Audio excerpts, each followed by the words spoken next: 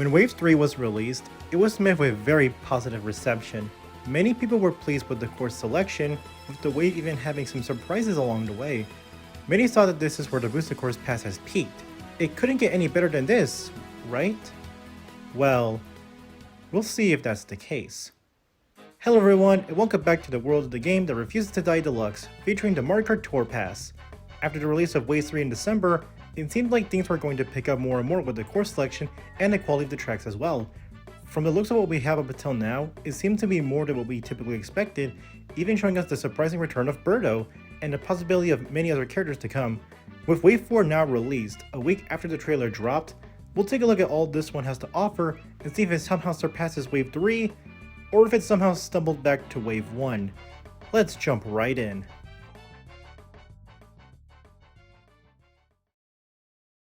I have to mention this first, especially since this was one of the biggest surprises we didn't expect. You can do this shortcut in Berlin byways. Nah, but for real, a couple of things have been noted during Wave 4's release. Firstly, every other character, except for a few, have been significantly buffed. This means that Waluigi's reign of terror is finally over. What? You didn't even have to, oh my god! But more importantly is this roster. We now have 5 more characters that will be coming to Mario Kart 8 Deluxe, and it opens up so many possibilities for who will be added in the future. Personally, I would like to see characters like PD Piranha, Kamek, and of course Pauline, but I would not complain if we got King Babam of all characters included. While I would love to go over this even more, we have tracks to look at and give a proper review on. So let's waste no time and get into the Fruit Cup. Starting the Fruit Cup, we start on yet another tour track. These should be expected to be the first courses of any cup for the Booster Course Pass, and in this instance, we start with Amsterdam Drift, a course I was never really a huge fan of. Amsterdam Drift has never really appealed to me as much, and I'll admit that part of it is mostly the first impressions it presents with its first variant. I just found it to be okay at best, and any other variant didn't do much to entice me either, not even the third one with its iconic tulip fields. But could Mario Kart 8 Deluxe make it better? In short, not really. It's not that the track is bad to play on. In fact, for the most part, it actually plays decently, although some turns are a bit more jagged than I'd like to admit. It's just that it doesn't nearly stick out as much, at least to me. The music is probably the one I wasn't fond of the most, as it now sounds quiet. I seem to like it a little more with every playthrough, but it doesn't really get close to being decent. There's also some other aspects as well, like the graphics, though that should be a given for about most of the tour tracks, and again, sometimes the layout. Interesting that this and London Loop use the R variant of the second and third variants respectively. Overall, Amsterdam Drift is by far the weakest course in this wave, and I don't see myself playing it often. Not a good start, so hopefully the next course does— Okay, now this is a massive shift in quality. Sorry about that. Next up, we have good old Riverside Park from Super Circuit. Those that have watched my best changed courses in Mario Kart Tour video might already know my general thoughts about Riverside Park, but I'll quickly summarize it here. Riverside Park isn't a bad track, but it's definitely one I don't tend to think of often. Its remake in Tour does give it a massive glow up, but it's still not that remarkable, much like Bootleg in that regard. Here, while I still share the same estimate to a degree, the course has many changes that I was not anticipating back when it was revealed. As everyone pointed out before Wave 4 dropped, the visuals are really, really good. Like, we're talking about on par base game levels here. Although, I should note that there's still some elements that prevent them from being exact, like the trees. Regardless, this is one of 2 courses that looks really impressive on a graphic scale. Gameplay is also impacted as well, as the course now features Patouis in their first ever Mario Kart appearance. That is amazing, and I haven't even mentioned their gimmick. These guys will carry bananas and mushrooms along the track, and if they're hit, they'll drop them on the floor. This makes Riverside Park feel a lot more alive than it already has, but despite these amazing changes, the course still isn't worth talking over. Largely due to the fact that it's part of the GBA curse, as I've described it before in that tour video, where some GBA courses get a little bit too simplified. In this instance, it's not really nearly as bad, but it still got hit pretty noticeably. But I won't let myself stop this from giving it my final verdict. Riverside Park went from a forgettable track to a track that got one of the best glow-ups and now that same glow up with some life added. That is what I call a true evolution.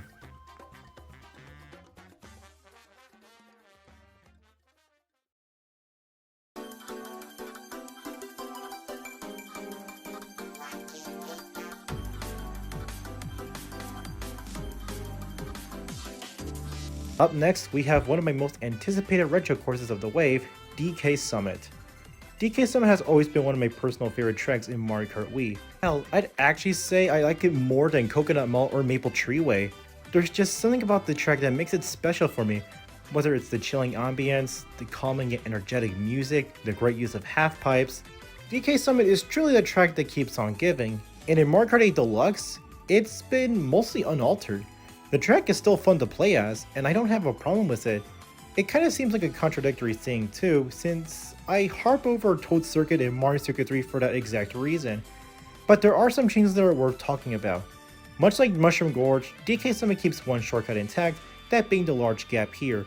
As of this video's release, it isn't nearly as optimized as Mushroom Gorge's gap jump, but I have no doubt in my mind that it will be better smoothed in the near future. Also, just a quick mention, but Nintendo, please fix this. This literally gives me PTSD of Yoshi Bell from Mario Kart 64.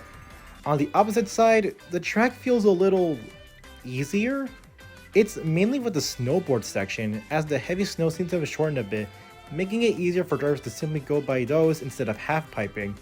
But even with that, the track is still fun to play on. The visuals look somewhat decent, although the fog is unfortunately absent, and the music slaps hard. Seriously, I haven't stopped listening to this ever since release, and it might be one of my favorite Wave 4 tracks ever. DK Summit fortunately hasn't changed too much since Wii, and even with the smaller changes, the track is still a blast to race on, and I see myself picking it fairly often in the near future.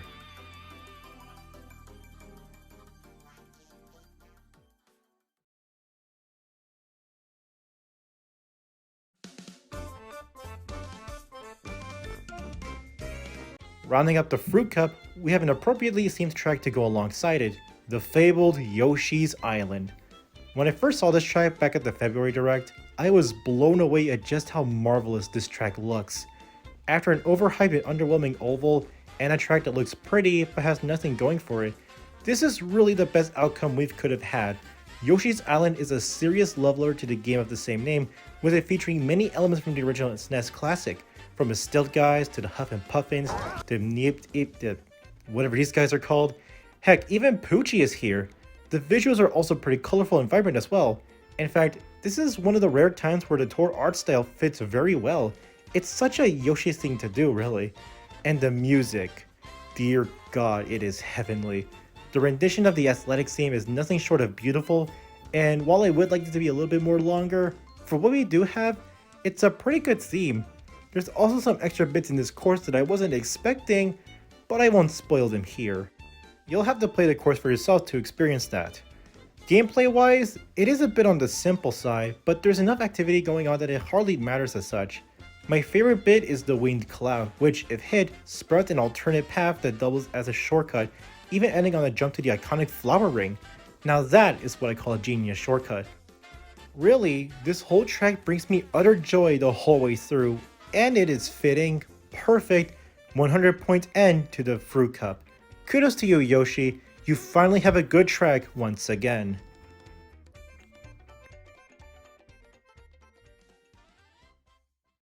The Fruit Cup is certainly an interesting one to delve into. While I wasn't incredibly impressed with Amsterdam Drift, Riverside Park provided a more enriching experience for a simple course. DK Summit picked up the ante with its snowboarding goodness and ended up on a nostalgic trip towards Yoshi's Island. I'd say the Fruit Cup is pretty good, but will the Boomerang Cup beat it to the punch? Let's find out. Opening up the Boomerang Cup, we have my most anticipated city track ever to be revealed, Bangkok Rush. Ever since the 2023 Winter Tour, Bangkok Rush has solidified itself as one of my favorite city courses of all time, possibly beating out Vancouver Velocity. Each of its variants holds something unique on the table, whether it's driving through the markets, avoiding inky piranha plants, and driving through an unintentional Marker 64 reference.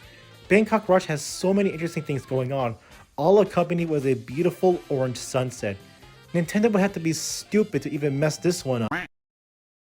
Oh no. Well, Okay, let's start off with the positives. Firstly, the routes used for this track in 8 Deluxe may be more linear in structure, but it fits perfectly well. You're still seeing many of Bangkok's amazing views, which would have been better to skybox alongside the music, which is pretty good. I'm not sure if I like it more than the original, but whoever's playing that flute sure must have had a great time. There's fireworks added, which is cool. Okay, I can't hide it anymore. Nintendo, what did you do to Bangkok Rush? Even though this track had a perfectly good route and good music, everything about this version feels like a severe downgrade to the original. The tuk-tuks are gone, which makes Bangkok Rush 3 even more lackluster than it already is. And for what? Some dash panels and sidesteppers? And the Inky Piranha plants, one of the most interesting obstacles, are replaced with standard, boring as hell piranha plants. Not even the ones that bite, the ones that just sit around. If they can bring back Womps and add Patuis, then what was wrong with Inky Piranha plants? The removal of these two obstacles makes Bangkok Rush way too easy, almost making it just as unremarkable as Tokyo Blur, and that track is boring by design. The skybox too, like I have to ask, like many others, why is it so polluted? There was nothing wrong with the original Orange Sunset, so why even bother? Guys, I'm utterly speechless and saddened. I really wanted this track to be good. I really do. But with it looking worse and the removal of what could have been interesting obstacles, I'm very disappointed with how Bangkok Rush turned out in the end. I've seen a few people hope that this track could get the same treatment that Coconut Mall got for its car section, but I seriously doubt it. In spite of my disappointment, Bangkok Rush is still a good track to race in. I still had fun with it, but it hurts to know that this could have been better.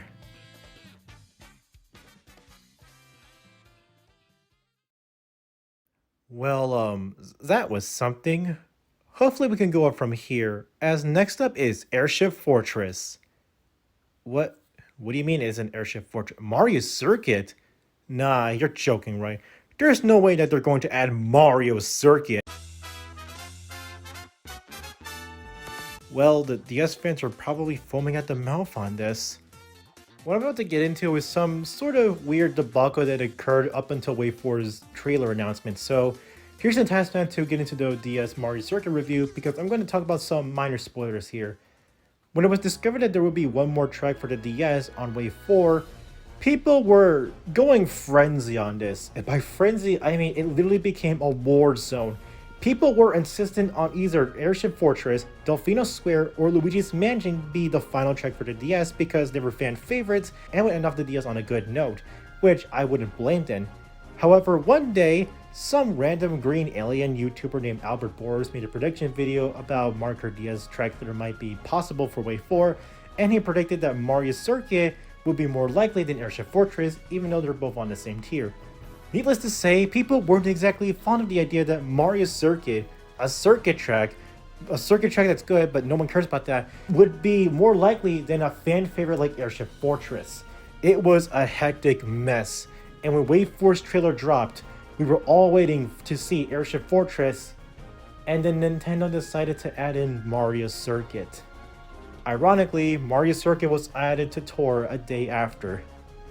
That is, oh man, the whole scenario that went down was so batshit insane, I couldn't tell you how hectic it all felt. I was one of the people that was more on the supporting side of Airship Fortress, and I was disappointed that it wasn't, but to be fair, well, that's why I'm going to review Mario Circuit, so let's actually move on to that now. DS Mario Circuit is yet another circuit track that no one really wants, yet ironically enough, it's actually one of the best. Despite my reaction towards this track in the Wave 4 trailer, I actually really like DS Mario Circuit with its more unconventional tones like Fire Piranha Plants, a drive through the course of Peach's castle, and those sharp turns. Mario Kart 8 Deluxe keep those aspects in touch, which I do appreciate a ton for, especially those Fire Piranha Plants and their goofy little animations. What surprised me though is this newly added forest section, completed with a sleeping Wiggler that eventually wakes up and walks around, although he'll still be sleeping during 200cc races.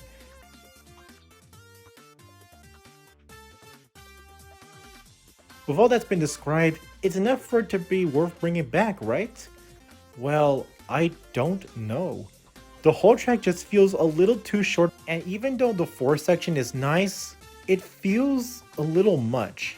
But that's probably due to the fact that I was playing through Tour's version first, so maybe that's why I felt this way. The graphics are probably the weakest of this wave, but I don't know, it kind of fits Mario Circuit in a more weird way. Regardless, as a circuit, this is easily one of the best with its sharper turns, interesting obstacles, and fun little additions. As a potentially final DS track, it could be better, but at least the remix kicks some good old nostalgic ass. Just be happy this isn't Figure 8 Circuit. I don't care if your argument is that it's H-shaped, and if it's Mario Kart 8, you know what else is H-shaped? Toad's Turnpike!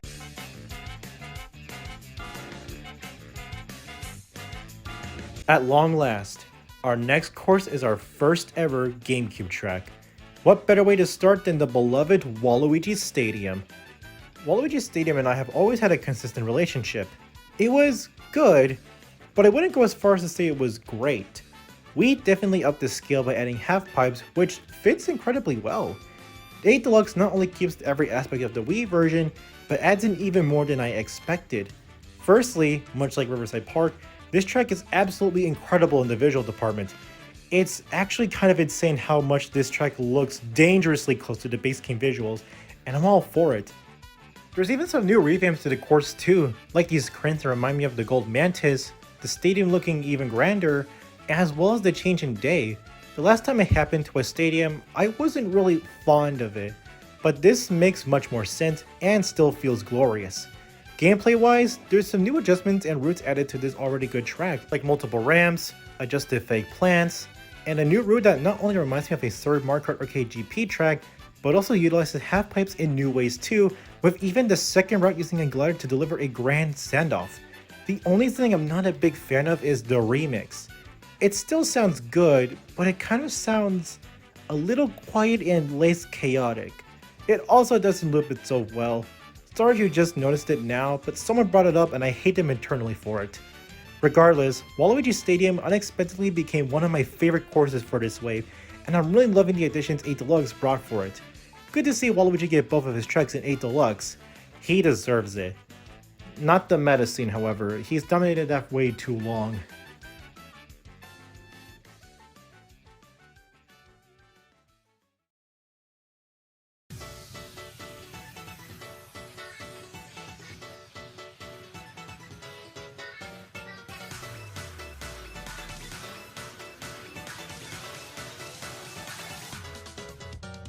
To end things off, we take through one final tour as we drive through the beautiful landscapes of Singapore Speedway. God, can you imagine how furious the Mario Kart Tour haters are at right now? I hope no one tells them about Wave 6. Singapore Speedway was a track that I thought was pretty good. A little more simple, but still good. However, nothing could prepare me for what this track has in store when it eventually made its 8 Deluxe appearance. This track looks incredibly stunning. So far in these reviews, I don't often touch upon the visuals for Tour's courses because for the most part, they're all not really as impressive or are mildly so. But Wave 4 has visuals that are worth talking about, for better or for worse. And in Singapore Speedway's case, it's absolutely beautiful. Gliding through the Marina Bay Sands and driving through the Helix Bridge has never felt more majestic than ever, and combined with a banger of a remix, this track in 8 Deluxe blows all of Tour's versions out of the park. In terms of gameplay, it's actually very interesting. Expectedly so, you start at Singapore 1, but then take a sudden detour to Singapore 3, turn to Singapore 2, and ends on Singapore 3 in the normal route. This track is absolutely crazy in design, and while I do want to see some more obstacles in a few spots, this track overall is really good. I can't believe this track beats out Bangkok Rush, but here we are. This may have been one of the shortest reviews I've ever given to a tour track, but that just means I really have nothing much to say about this course. It's just absolutely stellar in every single way, and it's definitely a nightlife party that definitely closes off the Boomerang Cup on a positive note, despite its shortcomings. Initially, while making this script, I thought the Boomerang Cup was way worse compared to the Fruit Cup, but replaying it a bit, it might be slightly better than it. Even though Bangkok Rush is a severe disappointment, it's still a relatively good track. DS and Mario Circuit kind of gets better and better the more I play it.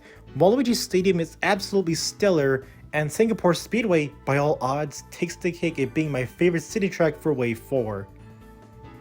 But with all that being said, this brings us to the end of this review. Thank you all so much for watching this video. I still can't believe the trailer dropped on the day of my birthday, and that, alongside getting Kirby's Return to Dreamland Deluxe, might be one of my best gifts that I've ever received. I'm absolutely excited to see what other new additions could be added down the line. Maybe new battle mode tracks? A man can only dream. Like with every other Boosted Course Pass review, I'll be showing the updated tier list after each wave. Here it is. Do keep in mind that some courses will be altered in between waves, and for this one specifically, it was kind of a hard choice, but I feel as if these are accurate enough for my experiences. But anyways, I want to know what you guys think of Wave 4. What are your favorite courses from it? Which ones absolutely suck and deserve to burn in figure 8 hell? Let me know down in the comments below, and as always, remember that Stu cares about you.